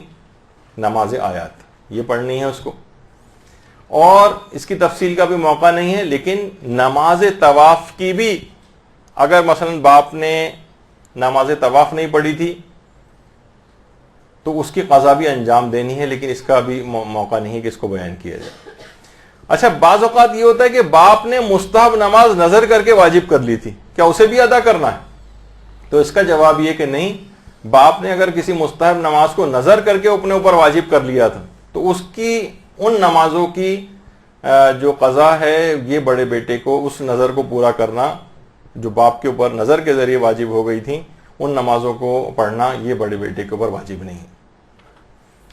اچھا اسی طرح سے ایک سوال یہ بھی, اب جتنے بھی ممکنہ سوال ہیں وہ جلدی جلدی بیان کر رہا ہوں, انشاءاللہ اس کے بعد 5 منٹ میں ختم ہو رہا ہے درس.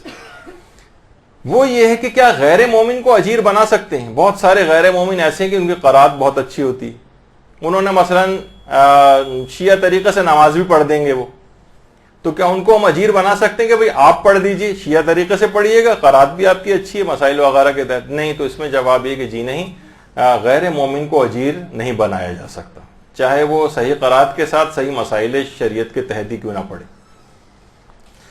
اور اسی طریقے سے کسی بچے کو بھی اجیر نہیں بنا سکتے.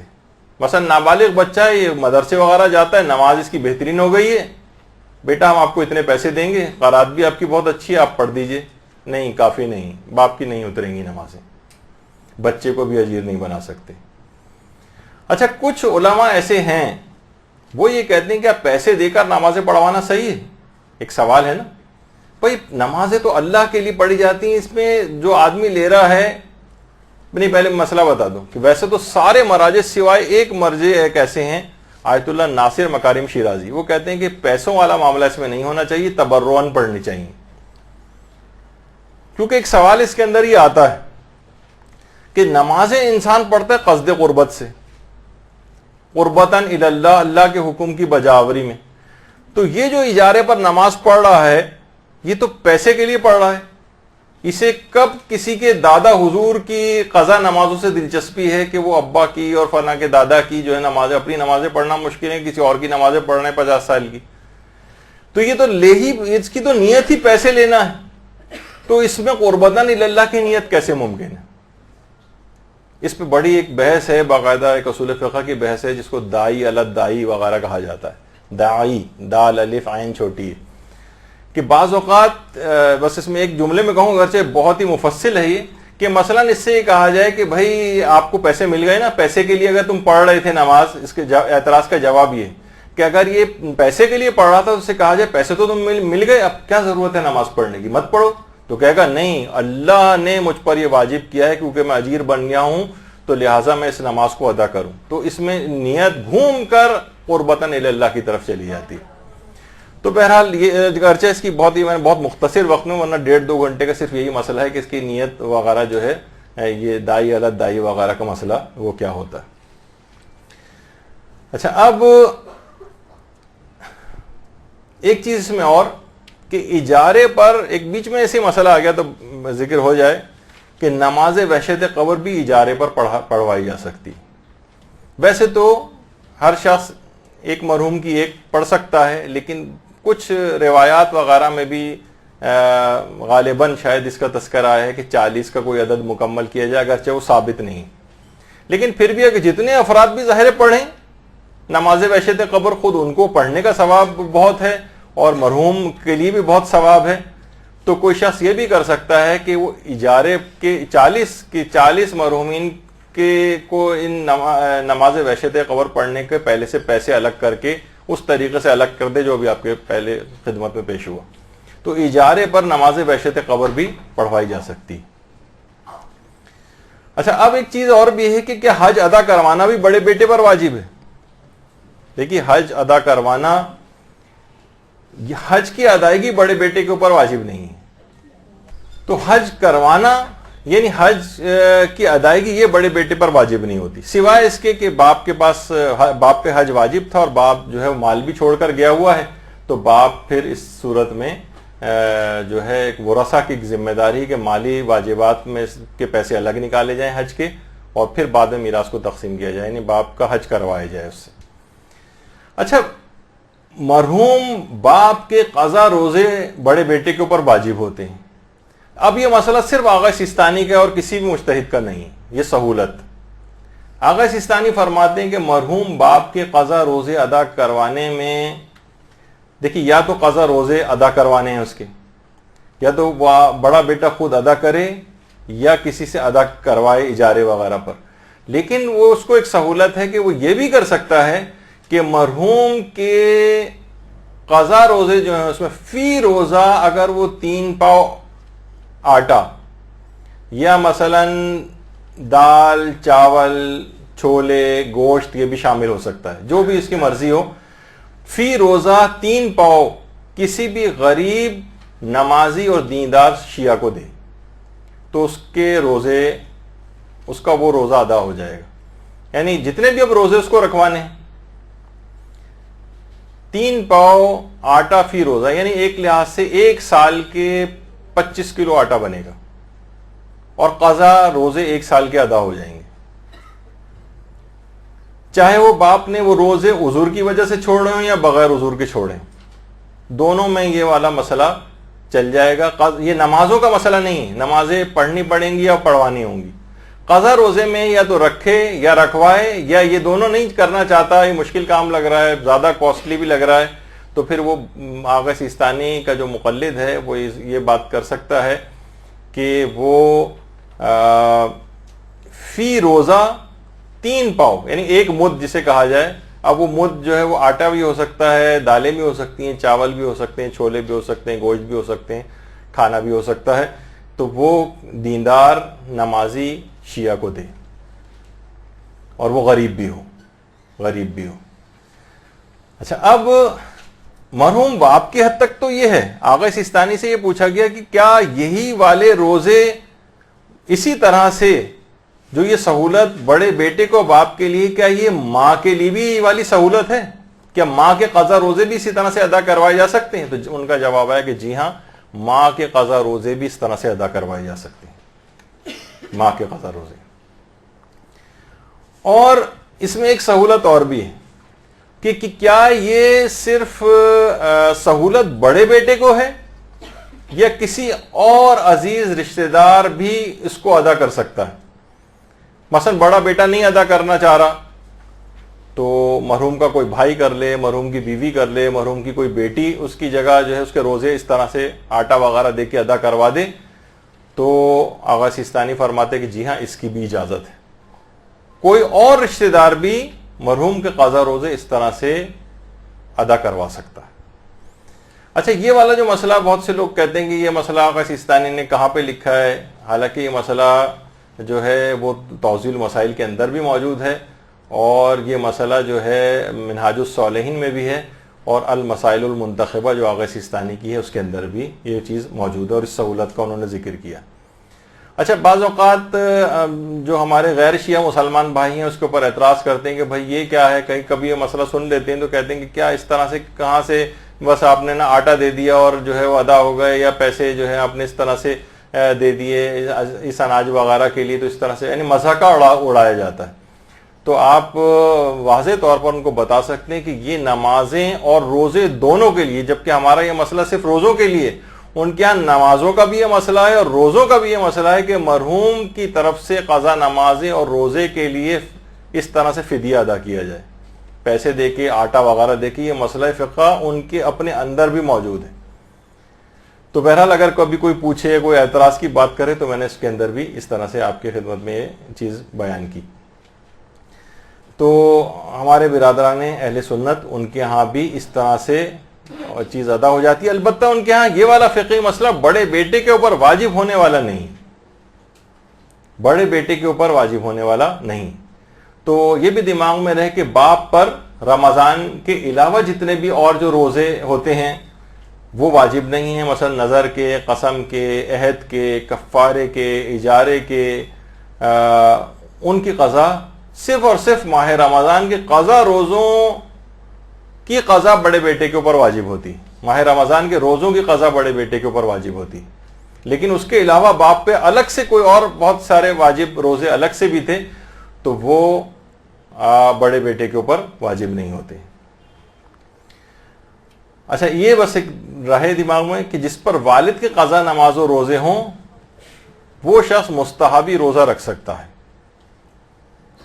یعنی اس پر اپنے نہیں، جس پر والد کی قضا نماز، اپنے قضا نمازیں،